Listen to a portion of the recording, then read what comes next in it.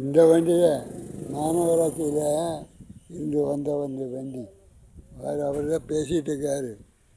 மாநகராட்சியிலேருந்து வந்து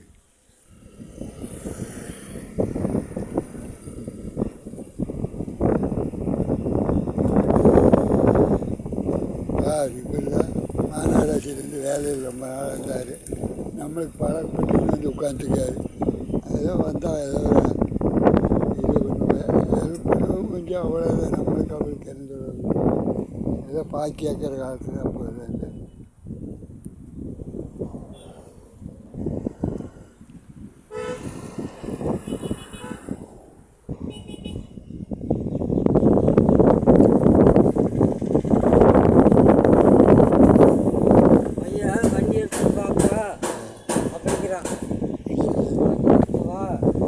சரி.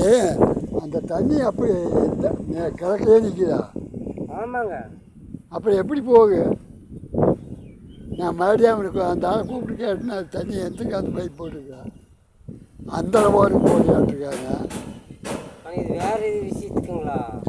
நீங்கள் சொல்கிற விஷயத்துக்கு அதுக்கு பைப் போட்டுக்கிறானா?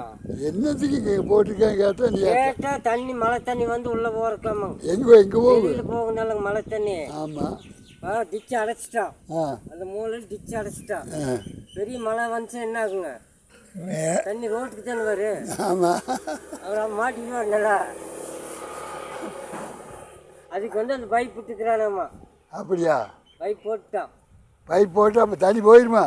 தண்ணி போயிருந்தா சொல்கிறேன். எங்கே ஒருவேளை ரோட்டுக்கு வந்தால் பைப் போட்டுட்டு போனோம். அப்போ ரோடு கட்டிங்கன்னா அவனே ரோட்டுக்கார விட மாட்டான்னாலங்க. யார் இது பண்ணுவாங்க?